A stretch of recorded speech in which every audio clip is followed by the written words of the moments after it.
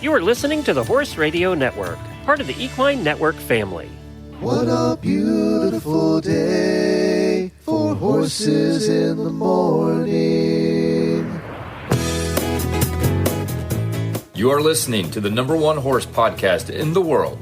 Here is your entertaining look at the horse world and the people in it.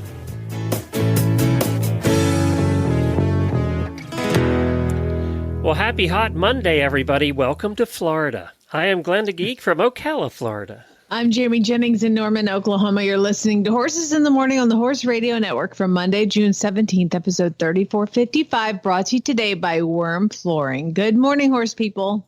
You heard that right. It's Monday. The first day of a fabulous week of shows on Horses in the Morning. So saddle up and ride along. We promise to help you get through your week. Makes me yawn every time, man. I don't like it.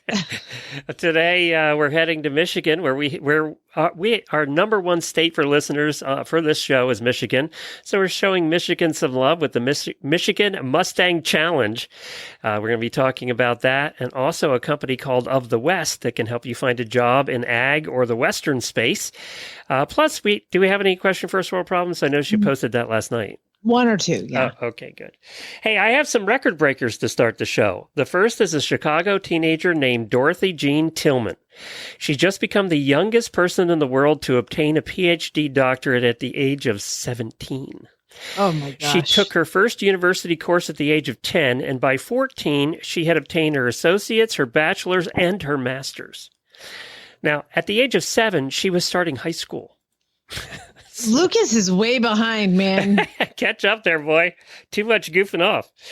So she started taking college-level module tests and applied the credits towards her higher education at the age of 7. Now, apparently, she's not too busy doing homework because she also runs the Dorothy STEAM Leadership Institute. She's founded it, which inspires hundreds of underserved young people in Chicago as well as abroad in countries like Ghana and South Africa to pursue STEAM careers, and that stands for science, technology, engineering, art, and math. Yes. I have high hopes for this girl. I think she's going to do just fine. Again, just happy there's people like that in the world. Yes. We have a tiny Sheldon there. You can't read a paragraph, but she can have her PhD right. at That's 10. Right. At 10. Kevin, a 3-year-old Great Dane from West Des Moines, Iowa, has officially earned the title of the world's tallest living dog from the Guinness Book. He stands, when he's on all 4 paws, from his feet to his withers, he stands 3 feet 2 inches, and for you horse people, that's over 10 hands. When he's on 2 legs, he's over 6'2", I think they said. Taller than me. Good Lord. They also shared that the canine, named after the protagonist in Home Alone, his name is Kevin, is an average height of a 3-year-old human. Kevin, they said, is the epitome of a gentle giant. He is scared of most things, and he's terrified of the vacuum. He won't come within 6 feet of it. He will jump and run away. Doesn't matter how big you are as a dog, man. I swear my vacuum is just the worst thing in the world. Yeah, but it gets him, if you want a break, just get the vacuum, right? So anyway, congratulations to Kevin. Now the tallest dog. That's a big dog to clean up after. That's all I got. That's what I kept thinking That's about. horse poo. Yeah, exactly. That's what I was thinking about. You need a pitchfork, a flexing fork to do that. All right, let's do some daily Whinnies.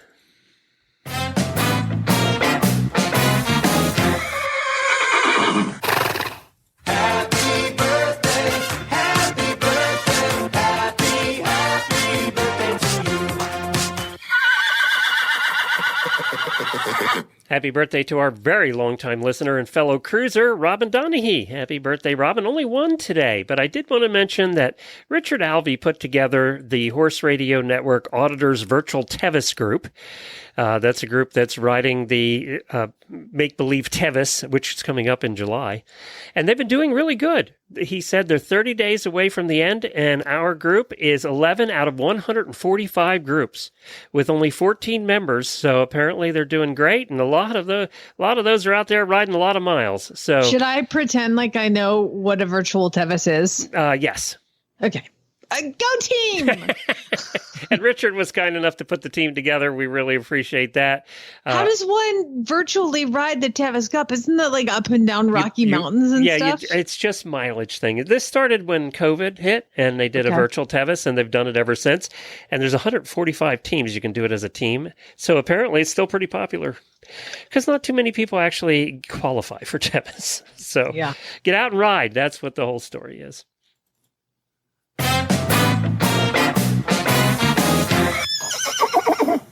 I need my glasses for this one because I have to read to the city of Green Cove Springs in Florida.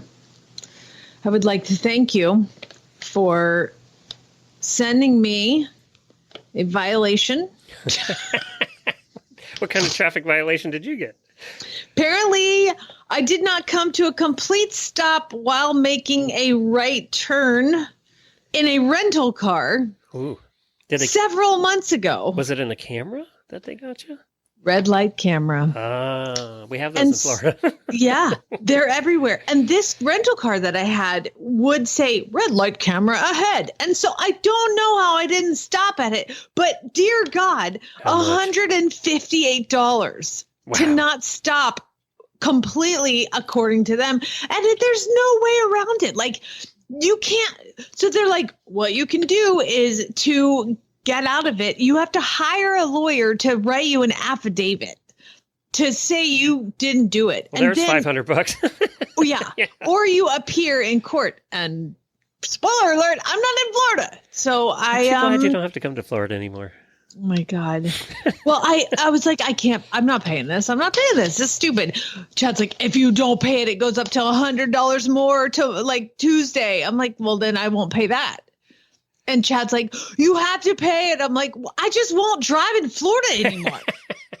You have to pay it. So my husband, who is, Mr. The honest one in the family, is that what you're saying? Honest fighter pilot guy made me pay a stupid ticket for $158 to the city of Green Cove Springs intersection safety program. Shut up. Wow. I thought they have those in Ocala, but I don't know that they're being used. I think it's down to municipalities who actually does fines with them.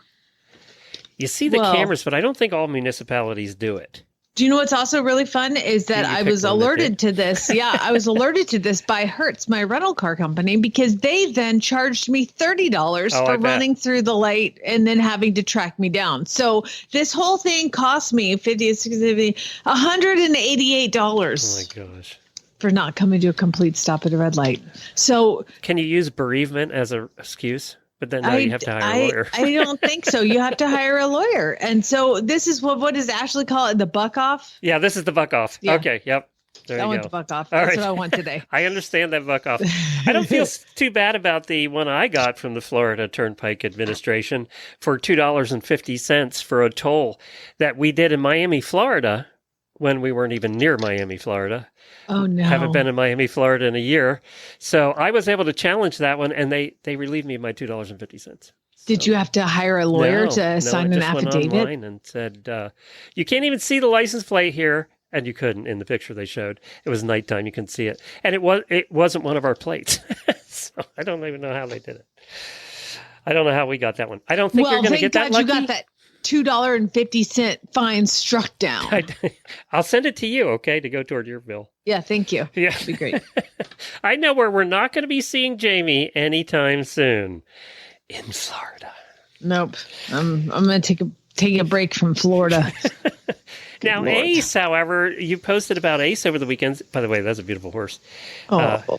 You posted about Ace over the weekend. Sounds like things are going well. Was he 5 now? He is 5 years old now. And so Ace is the thoroughbred that it's kind of a weird story because he's the one, and I know I've told this, but it's been a while. Ace is the one when he came sort of from the internet auction site. Well, actually, he came from Thoroughbred Auctions, which is an online racehorse auction site. And he was being auctioned off with his sister. Okay. And that was Julie, that mare that I had for a while. who ended up having some major, ended up being a wobbler, and she's now a recip mare. But I wanted Ace. I was like, it's a weird looking gray young thoroughbred. He was 3 at the time, and they were just auctioning him off. He never went to the track, but apparently had been in training. And so I bid on him and bid on him and bid on him, and then got outbid on him. Because it turns out buying racehorses is not affordable, like at any site. But oddly enough, his sister was affordable, so I ended up buying her, and she didn't work the way she wasn't sound enough to do things, which is probably why she was never made it to the track. But I got a phone call. Do you remember the story? Yeah, Lynn? I do. Yeah. So I got a phone call like 2 months later from the guy who had bought Ace. Hey, we got your phone number from the auction site, and we know you bid on him. And I was like, oh yeah, you outbid me. Well, we'd like to sell him. And then they listed they were like, we'll take $10,000 or something. I was like, no, I didn't pay that on the auction site. That's not what I paid. And they were like, well, what would you like to do? Because he's not working out as a racehorse. He's not fast enough. And I was like, I'll give you $1,500. And he was like, hey, no, absolutely not. I was like, okay, actually, I'll give you $1,500, but you have to send me a video of him first, because I don't have a video of him. I want to see him move. No, absolutely not. A month later, they call me. Same guy. By the way, I Google him. He's a doctor. So you can afford to take a loss on a racehorse. So they called me a month later, and he was like, all right, we'll take $5,000. I was like, well, no, I'll give you $1,500 and I need a video. No, 1,500. No. I got somebody else. Okay, fine. So they called me a month later, $3,500. And I said, no, I'll give you $1,500, but you have to send me a video. That's ridiculous. We're not doing that. A month later, Glenn, he calls me again. He must have your number on speed dial. He's just calling when his bill comes due, I guess, because it was like a month to the day. He calls me, there's a video in your inbox and we'll take $1,500.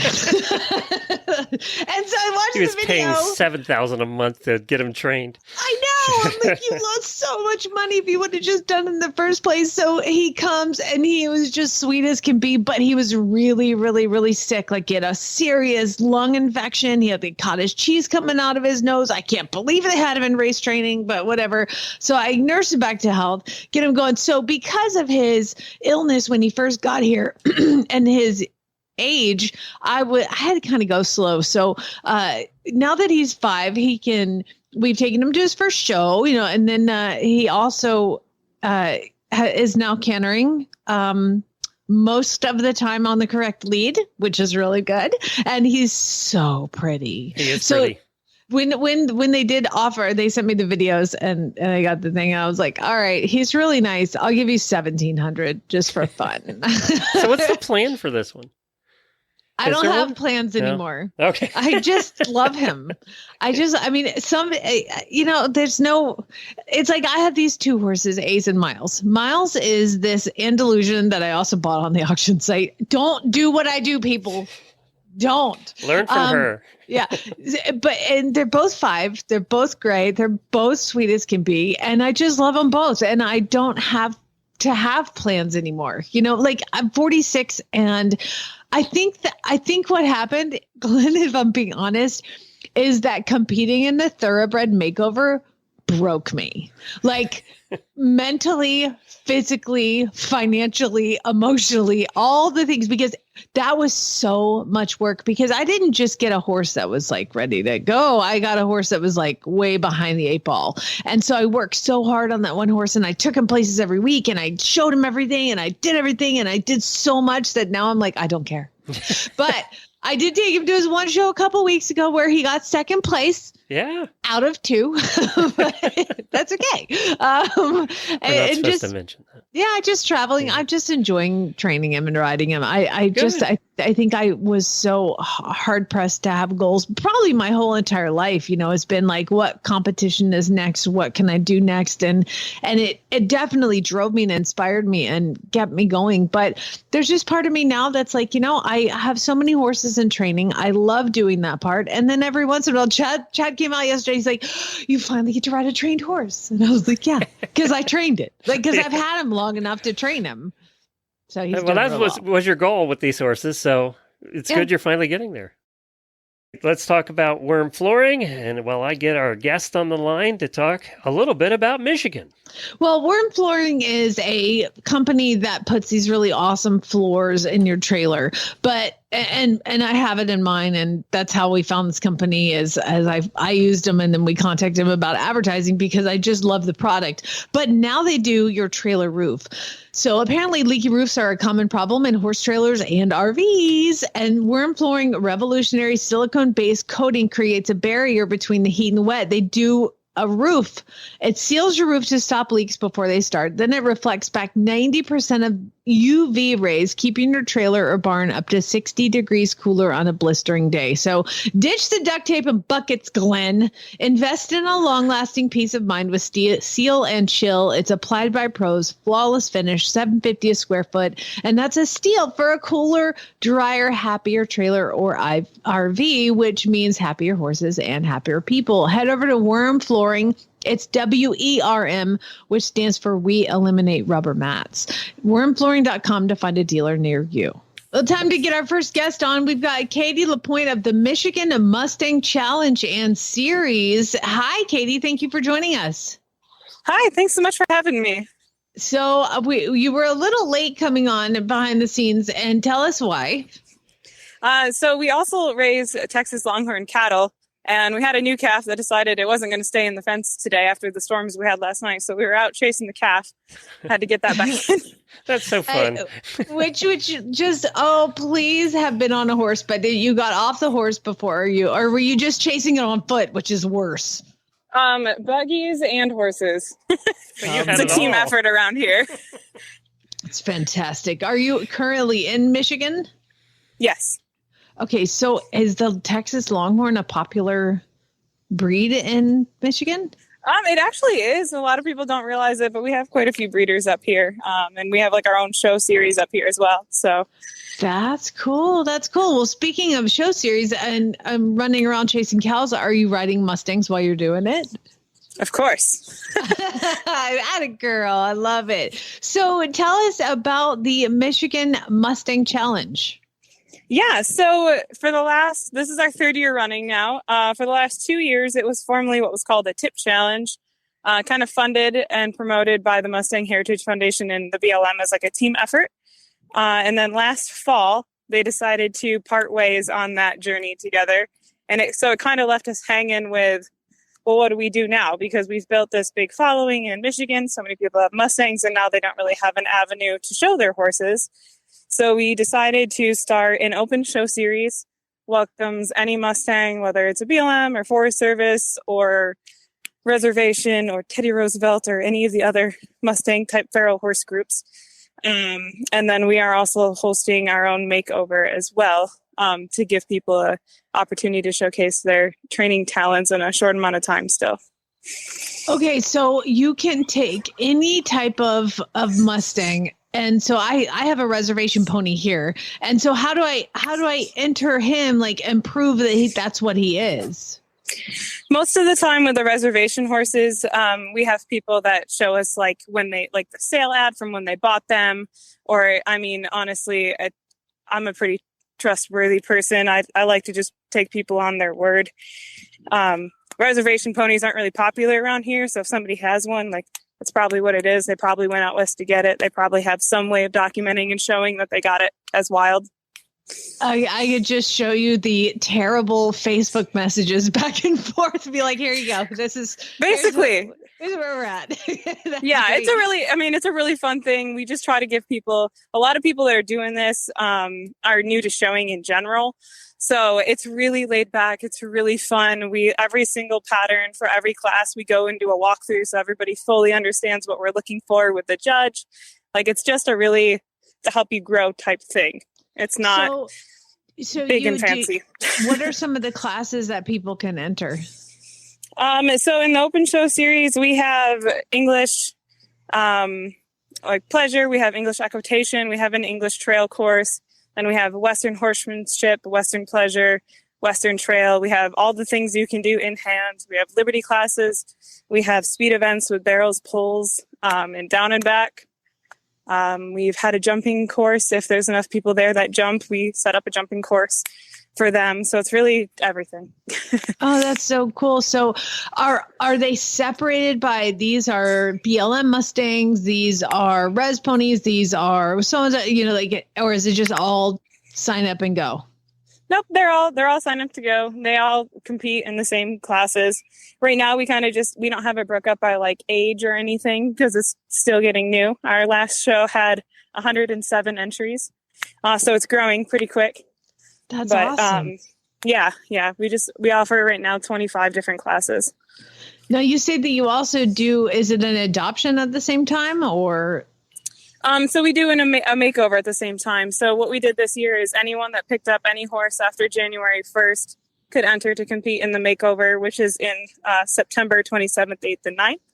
And for that, we offered in-hand or riding for adult competitors, and also in-hand for youth and riding for youth over the age of 13.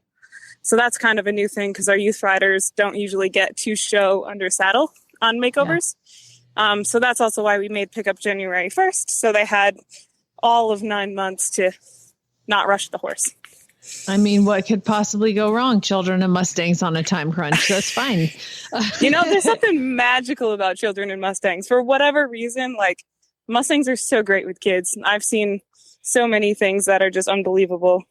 Yeah. I am so glad there's people like you that have picked up the slack when this all went down and are doing this on a regional level. Otherwise, you know, there would be nothing for these people to do other than travel a very long way, especially from Michigan. Thank you. Yeah, it was definitely a hard decision because, you know, we had to kind of start over from the ground up, but we've gotten great supporters. Like Merck Animal Health has stepped up to be a great sponsor for us.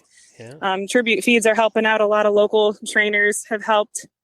Kimba McRitchie had One Step horsemanship training, and she donated to buy all of our ribbons for all of the series and for the makeover. And she ended up actually tragically passing away this April in a horse riding accident. And they have developed a Kimba McRitchie Scholarship Foundation now, which will go to people who are adopting Mustangs to help cover their adoption fees. And if they want to compete in the makeover, it'll pay their entry fees as well, just to try to get more horses into homes, because that's what she always did. Oh, that's all wonderful. That's a good legacy for her to have. So fantastic. You guys are keeping that going. So when is this happening and how can people get involved? So our next open show is August 17th. We had one May 4th and June 1st. So our next one is August 17th. And then our makeover is September 27th, 28th, and 29th. And the finals from the open show series will run concurrent with the makeover. So it's going to be a really big weekend. We have a lot of vendors that come out and sell good things and good food and good people, and just a good time. What part of Michigan? It is all, we do everything at the Ionia County Fairgrounds. Which is? In Ionia, Michigan. Okay. Duh, Glenn. I should look that up. No, they've been so great to us. They're huge Mustang supporters. Their arena is nice and 6-foot fencing, so if anything happens, the horse is safe. Well, I'm Googling Ionia County, Glenn, so I can tell you where it it's is. Like central Michigan. Yes, right in the middle of Grand Rapids and Lansing, right in the middle, in between. Yeah. And we'll put links to this in our show notes so you can go there and find them for all our Michigan friends. I know some that do have Mustangs up there. And I do need to ask you before we go, the largest span of a Longhorn rack that you have? 96 inches tip to tip. Oh, my God. How do you take them in a trailer? We had that question on the show a while back. I want to know how you transport something that doesn't fit width-wise in the trailer. We try not to haul the big ones far is the no thing. kidding. But they do walk in and they kind of just hang their, like, tilt their head to the side. So their horns are still lengthwise with the trailer and they just stand there. See, Glenn, Mary, one of our listeners in Texas, raises longhorns, and she told me that they are just super aware of where they are at all times. Yeah. Yeah, they can go run in full tilt through the woods and not hit a branch. They know exactly where the tips of their horns are. They have nerve endings in them, just like your fingers. How heavy are the horns? They know. They're pretty heavy. I would think. I've never weighed a skull when we've had one, but they're pretty heavy. It takes two of us to hang it on the wall. Of course you hang it on the wall. Of course you hang your pet cow on the wall. It's fine, whatever. Yes. We don't waste any part of it. I love it. All right, Cady, thank you so much. Where can people go to learn more about the challenge? Our Facebook group is Michigan Mustang Series, and all of the info to contact me or any of the registrations is all on there. Perfect. Wonderful. Cady, good luck. Well, there you go. We learn something new on this show every day.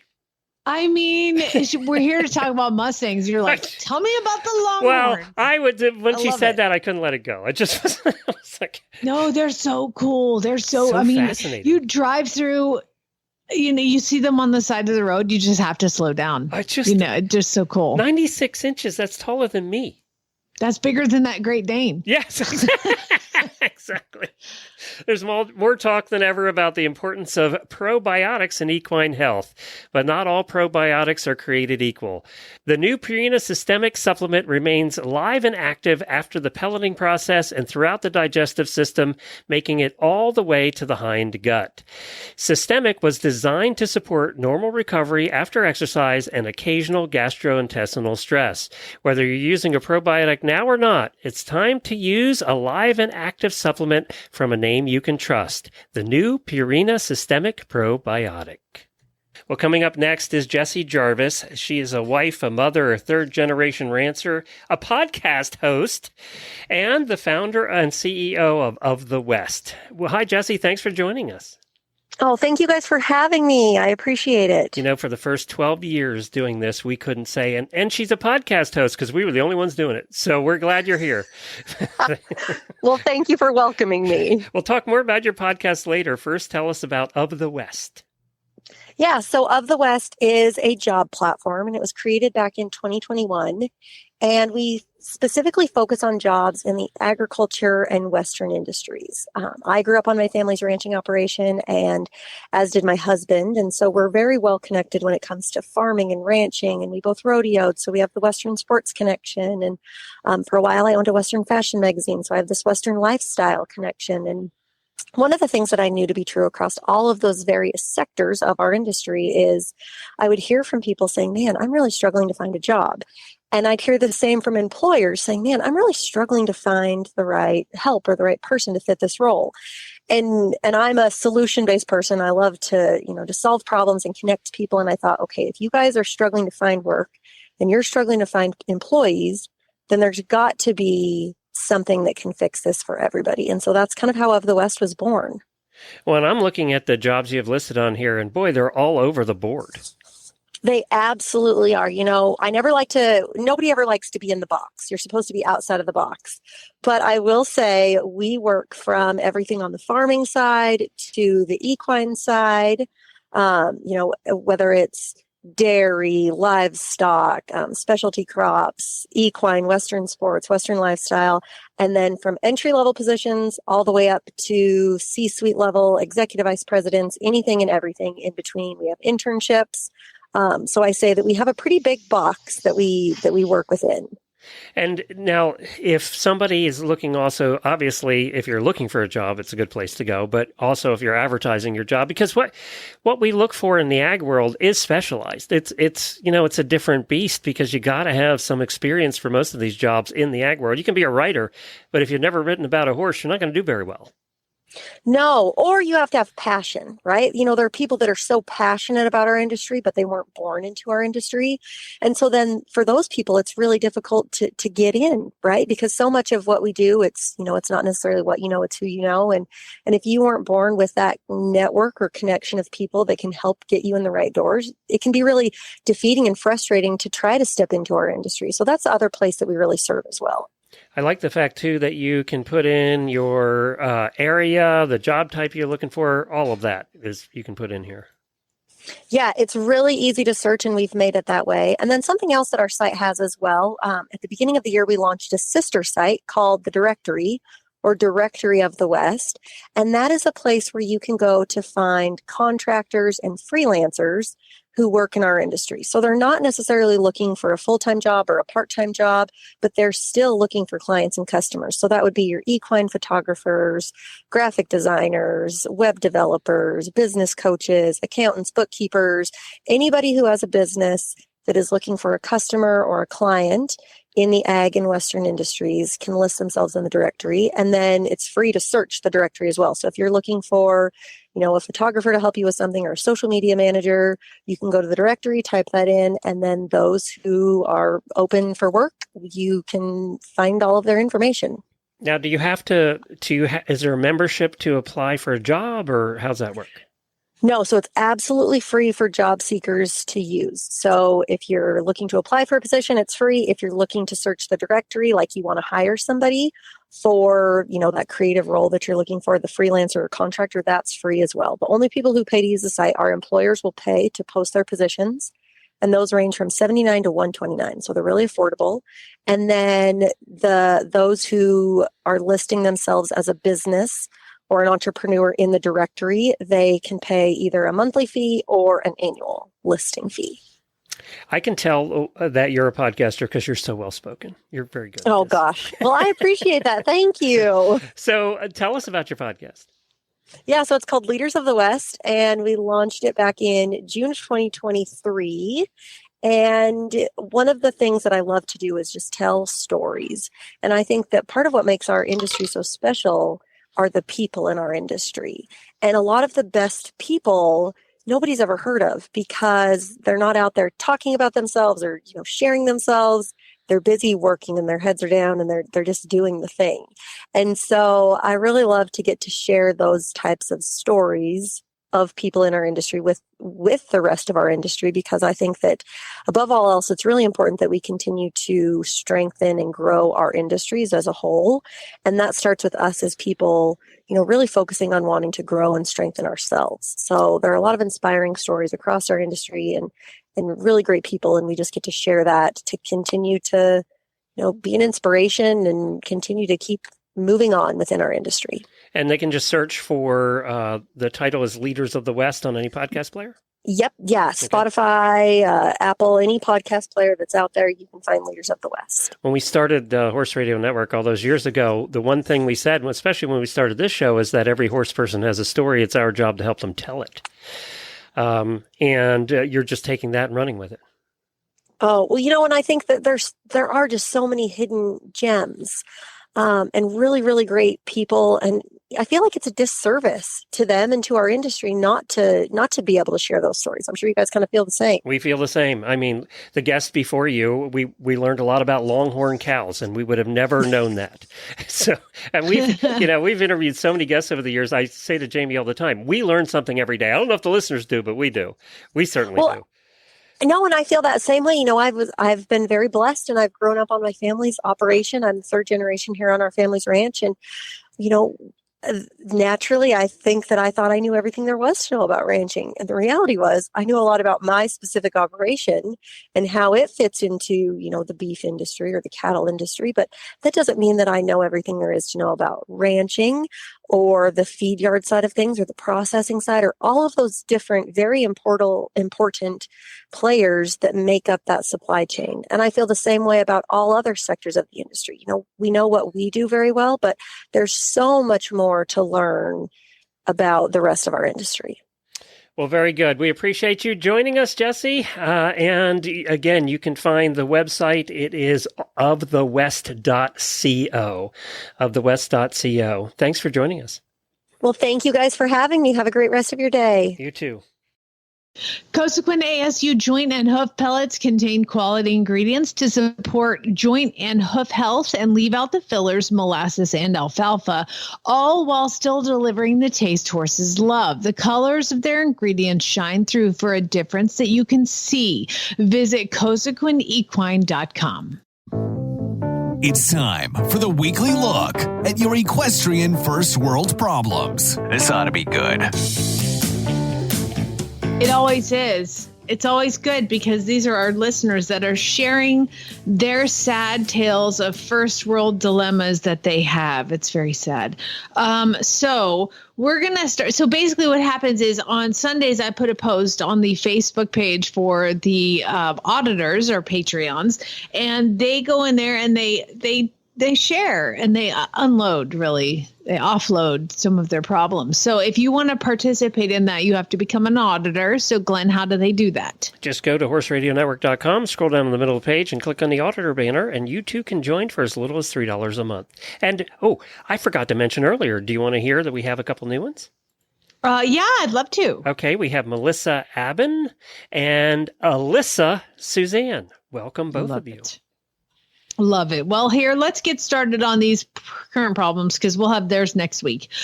Samantha says, I have a really, really nice horse for sale, but I really like him, but I can't keep him.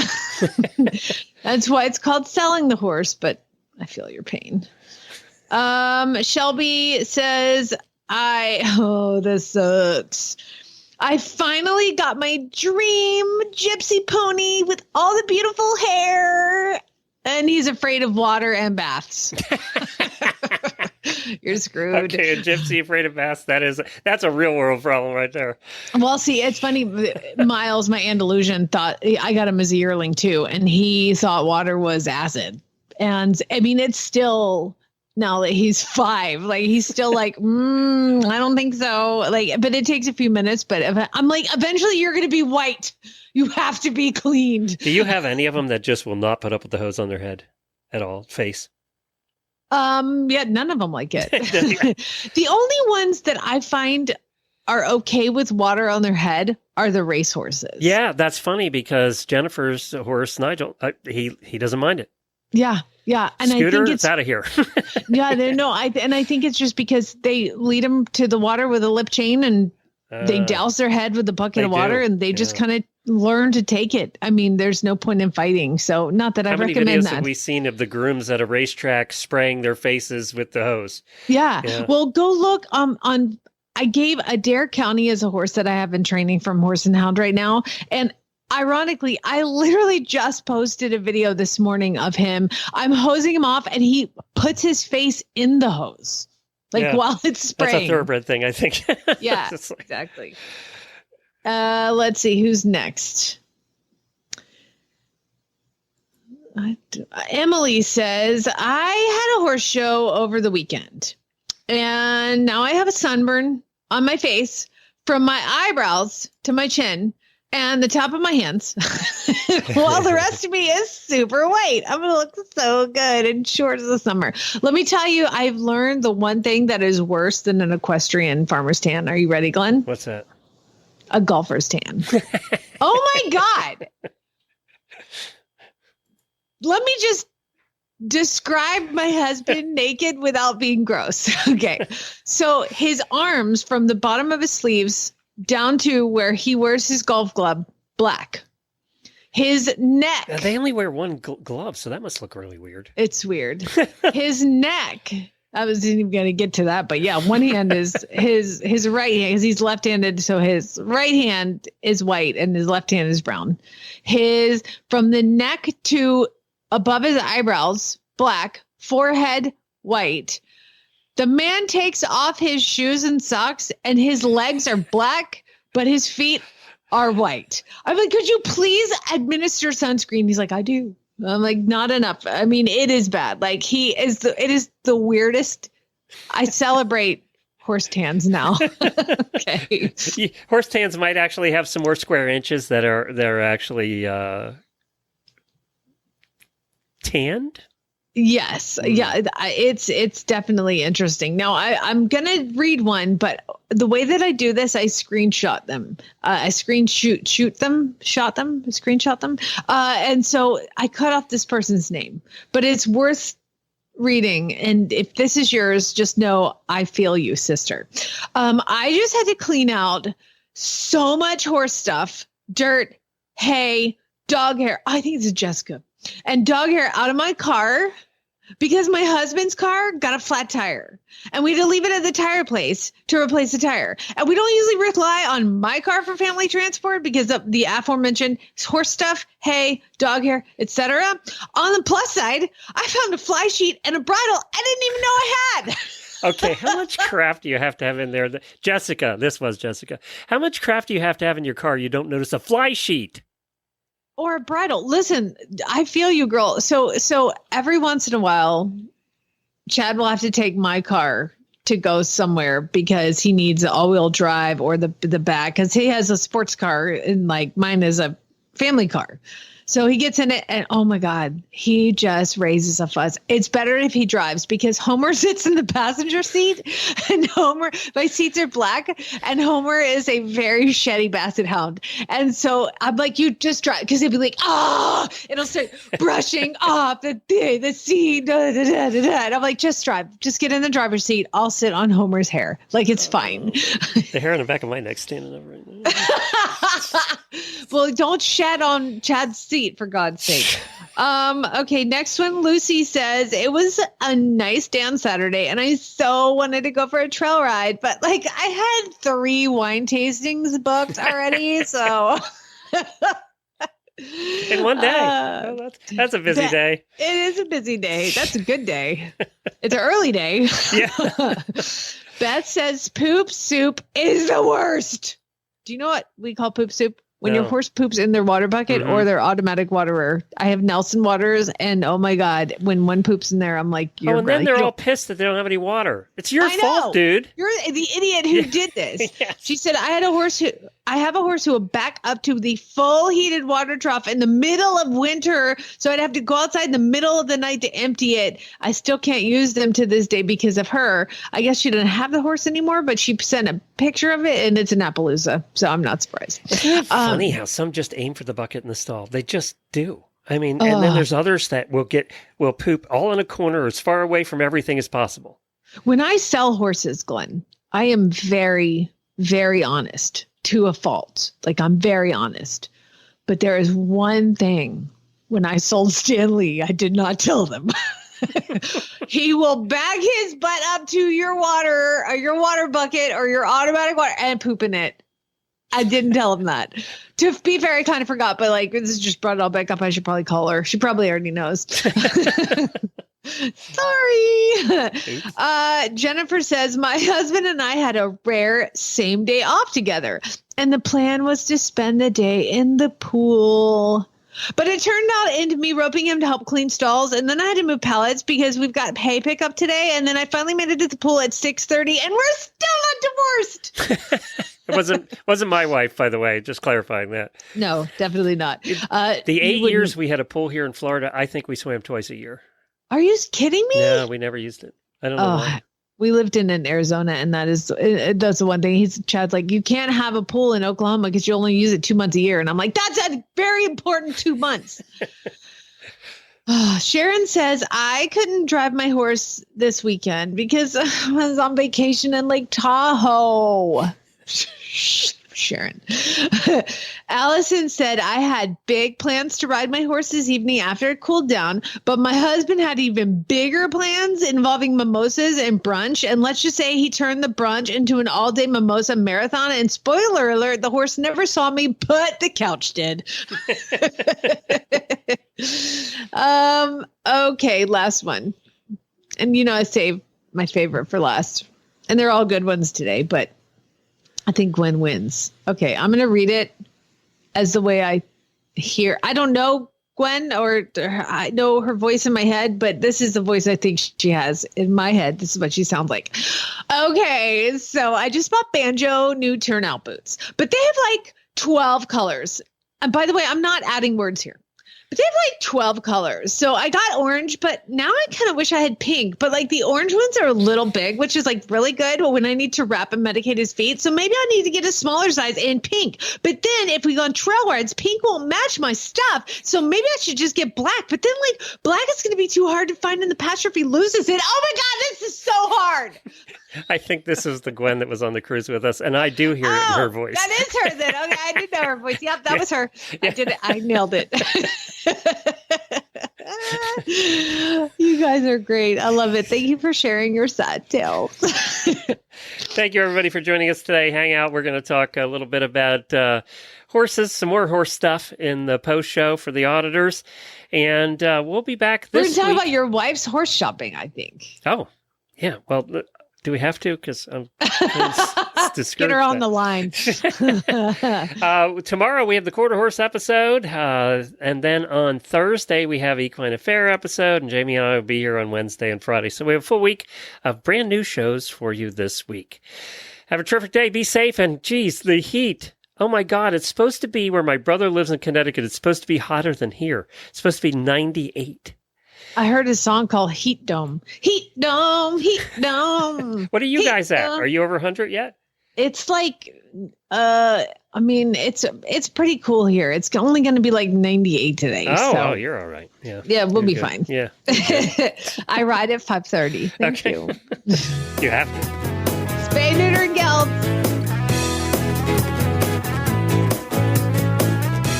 Oh, 93. Oh, you're in Florida temperatures today. With it feels like of like 108. It's fine. It's fine. It's dry heat. It's good.